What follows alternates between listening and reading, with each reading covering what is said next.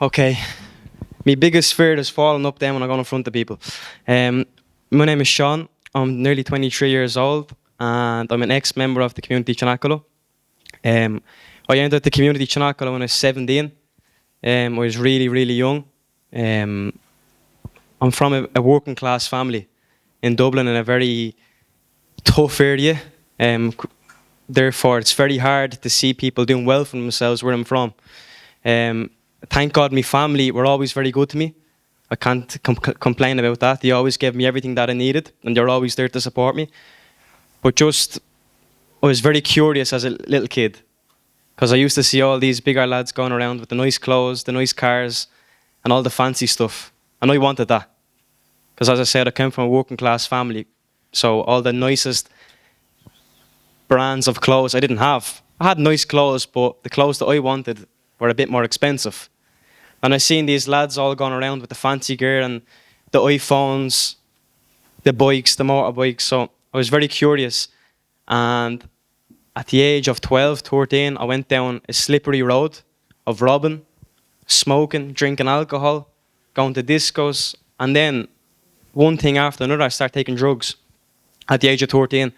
And I'm not here to put at 8 o'clock at the night just to put all my heaviness on top of you. So I just want to tell you the truth and what I went through. I've done that for a few years, and to be honest with you, it was tough. I was doing something out of my own power. A lot of people, when they start taking drugs, they do it to enjoy themselves. I'll go out to a disco, I'm going to take a bit of cocaine or tablets or whatever. They enjoy themselves, but when you're doing drugs and alcohol because you have no power over yourself, that's not enjoyment. And then when I was 16, then I couldn't take it anymore. So I asked for help, and I think that was the hardest thing I've ever done in my life, was to ask for help. And I think people think a lot of times the biggest pain in the world is when people go down the road of addiction and this. I think the biggest pain in the world and the hardest thing to do is to ask for help. Because we all have a bit of pride. So I entered the community Cenaclo at 17. And one thing that I realised, and I didn't understand at the start, I thought the community Cenaclo was just for the drug addicts and just for the alcoholics. But the community Cenaclo is for everybody. Because if we all look deep down inside of ourselves, we all have something that's not going right. And if your life is going perfect, I'm good, I'm happy for you. But even my family, when I entered the community Cenaclo, my family started to realise that they had little small problems that they needed to change. And it's a good thing as well, that's the Rosary rally here now. Because in the community Cenaclo, we pray the Rosary 3 times a day. So for 5 years of my life, I woke up at 6 o'clock in the morning. I went into the chapel, I got on my knees and prayed the Rosary. And the same again then after lunch. And the same again then before dinner. For 5 years, every single day. And that, for me, that was the thing that lightened up my heart. And why did I start praying? I didn't start praying because I wanted to pray. Because you can't just get a young fella from Darndale in Dublin to go into a chapel and start praying. There was obviously something that enlightened me, that sparkled my eyes. And that was looking at all the other lads in front of me praying, smiling. And then listening to Mother Elvira as well. I don't know if any of us know who Mother Elvira is. She's the founder of our community who sadly passed away 2 years ago. Listening to her voice, because when I entered the community Cenaclo, she was very sick, so we couldn't meet her. But listening to her catechisms, in Italian by the way, not in English. Having to listen to her, having to try to understand, and when you finally do understand the language, she's speaking directly to you.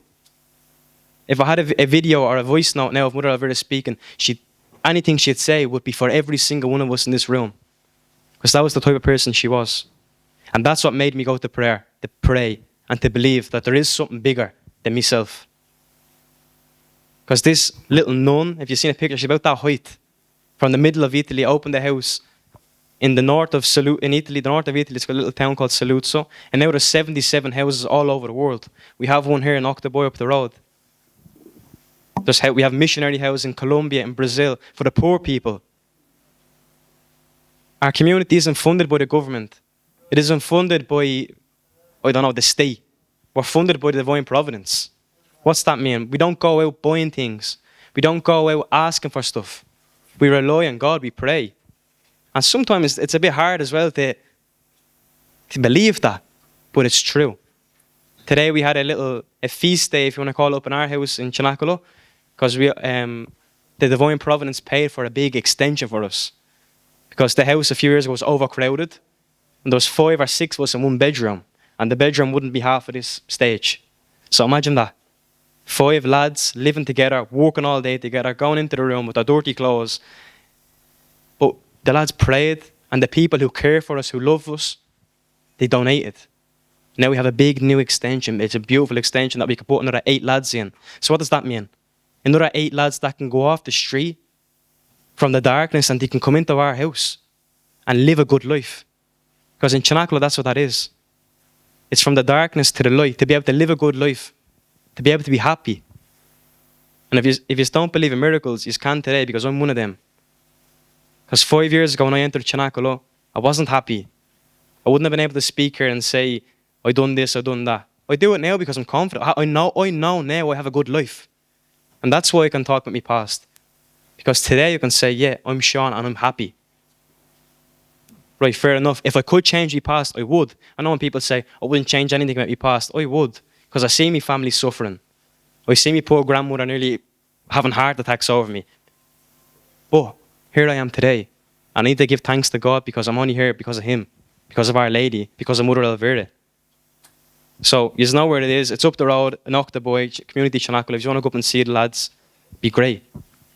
It'd be great because it's just us. There's no doctors, there's no nurses.